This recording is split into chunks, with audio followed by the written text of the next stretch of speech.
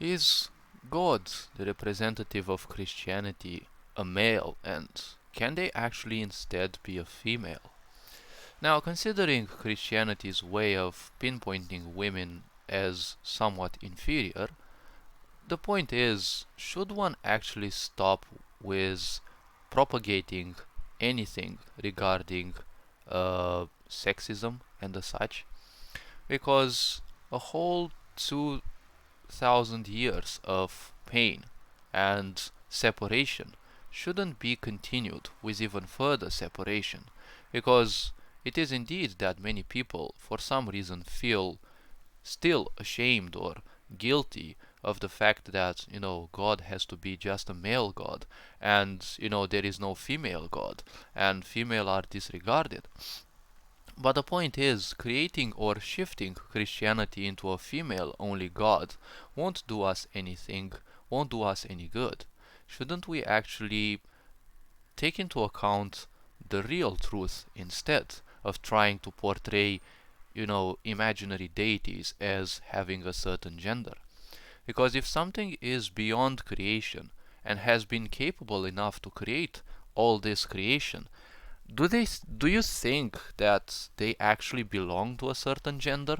Because if something is beyond this universe, beyond this physicality, they do not require a gender. For most likely, they do not require any such thing as, you know, propagating themselves. Because gender is only required for race propagation, and that is the only point. Race propagation happens in the realm of physicality. Now, in the realms beyond physicality, why would there need to be anything like that? Because beyond physicality, there is basically no time. When you create physicality, it is compound, it is a structure, and all structures have a limited time. And in order for that structure to exist, it actually needs a certain level of replication. But replication only exists in, let's call it, more advanced forms, right? More conscious forms. Now, that includes animals, right? What we call animals, right? And basically what we may call as animate life forms, right? Animate forms of life. Because even the so-called inanimate forms of life, they also have a certain replication. Now, obviously, you can't see your table replicating, but its replication isn't the way we actually know about life forms, right? Because life forms require two genders that will create, the material needed for the follower, right, to come. Every physical object is made of energy, and that energy is made, well, is represented physically by atoms and molecules and all sorts of so-called structures, right? The subatomic and atomic particles. Now, these particles are known even by science to simply shift out of existence and back into existence. This is basically a form of self-replication. It is a means through which that body basically preserves itself the way it is for a longer period of time.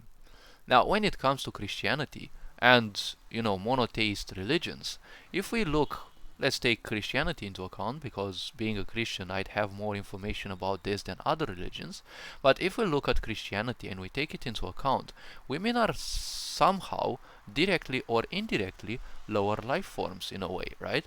Because what is one of the most expressive form of any religion, right? Let's call it painting, right? Because, well, painting is one of the most, uh, expressible ones, right? Through painting, you basically see images, which are the fastest and more or less easiest way of expression compared to, let's say, books, right? Books require you to read them, and they also require you to know a bit more about the author and the times in which the author or authors lived, right? And so, therefore, the influences they have gone through. Now, while both are subject to interpretation, when we look at Christianity and its history, its so-called important beings and paintings and literature regarding it, we can see that the main point of it is God, which appears as a male entity. the angels all appear as males, the messengers all appear as males, and well, when we look at the broad side of Christianity, everything that is beyond this physicality in terms of Christianity seems to be male only. When we take into account the mortal realm, finally, the saints are no longer male only, right? There are finally females as well. Now, the point of such a religion is that it will always create separation, because for 2000 years of Christianity, and well, more like let's say the last 1000 years, the point is, with so many women being disregarded, right, and taken into account as more or less nothings just because they are what they are, and you know the narcissism will always support that which doesn't fear it, right? One has to understand the fact that this religion is nothing else than a human construct, right?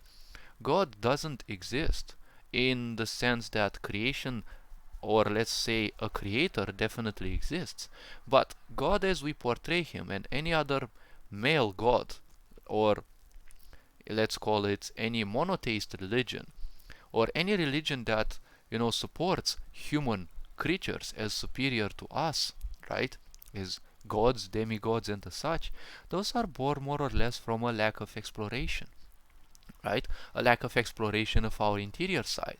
Because if we bear the history of the entire universe in our DNA, it is clear that when we created religions that have human deities, we obviously created them from a lack of self-exploration, and most likely from a narcissistic mindset. Because only a narcissist, or well, people who are lowly like that, would ever believe that everything is nothing else than a mirror of them, right? Because what is the point of imagining God as a bigger human? That is animal belief, right? A dog, if they would become slightly more enlightened as they are, they would believe that creation is nothing else than a bigger dog. That is a childish way of seeing, the world.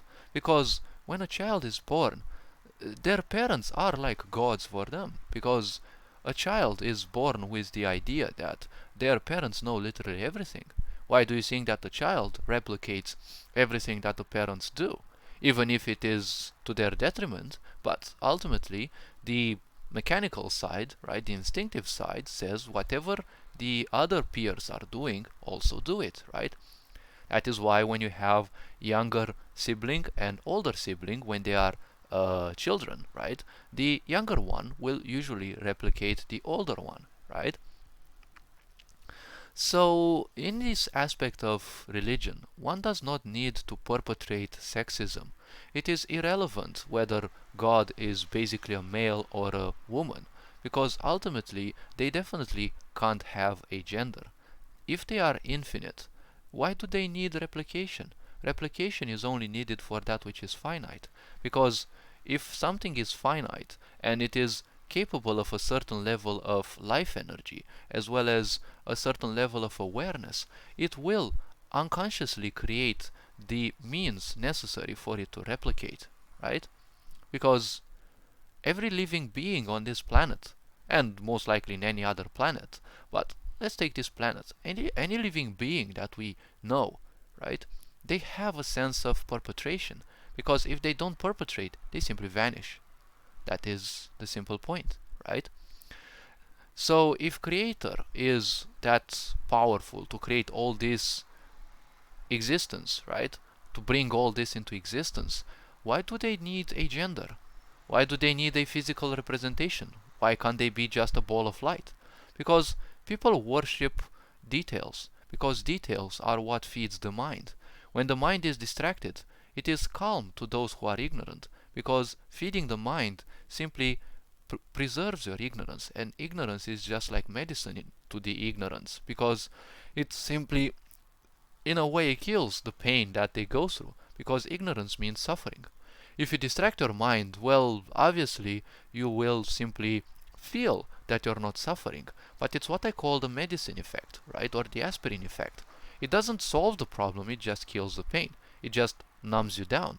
That's why ignorant people are people who are basically numbed down. They are disconnected from their emotions. So technically they are dead, because the power of your emotion is in direct proportion to how much you are living your life. If you are living your life as nothing, well, technically you are dead, because the power of your emotion and the memory of your emotion is what you will be remembering on your deathbed. If you can't remember anything on your deathbed, then it means you have lived your life for nothing. Surely there won't be any gods, punishing you for that. But the point is, all this religion was just built because of ignorance. Some people needed a tool to control the masses, and the masses, being ignorant, they required someone or some authority, right, to rule over them. That is how governments were also created. Why do you think it's called governmental work? Because it's governmental work. The purpose of a government is to simply rule the mind, right? The purpose of religion is to rule your mind. It is much easier to fool people than to convince them that they have been fooled. It is useless to believe in, creations of the mind, because the mind can create anything. But if you let the mind rule you, well, then you're in for a lot of suffering. The mind is just a tool that you have to use, not be used by. There have been a lot of books written, obviously, about Christianity, because it's been a focus of existence. But communism also, for a certain period of time, was a very important focus of existence. Now, since it no longer is, the books written about it aren't as prevalent. So shouldn't we actually start disregarding, slowly and surely, the books about Christianity? Because the saints who existed, right, they died for a certain purpose. Yes, they died for Christianity, so did the knights, so did a lot of people. Compared to the whole population that lived through each and every year, there have been a really, really few people. But the very fact that they died for a purpose in a world of ignorance, where nobody cared about having a purpose, well, that is definitely worth remembering. But even nowadays, people keep fighting for their own ideas. And they either die for sexism or combating sexism, they die for criminality or for combating criminality. There will always be people dying for their purposes, right? These people are all, or should all be, in a way, remembered, right? Because they have a purpose. In a world of ignorance where people believe they are immortal and they can't have purposes, well, having a purpose is basically something superior in a way. It is, in a way, saintly, right? So that is why such people should be remembered. But they shouldn't necessarily be remembered from the standpoint of what they specifically supported. Because if you do that, you will support more the idea they fought for, just like Christianity. People don't take into account the so-called saints. They take into account Christianity because they died for Christianity, right? So always value the humans, because if you value the field, then it just goes to show that you're a consumerist population, right? You value the goods, not the human. You value someone because they have riches and the such, not because they might have wisdom or other, non-material riches. All this being said, hopefully you like this video. Hopefully this video was introspective enough. You are appreciated. Take care of yourselves. Ferenc Jan Board signing out.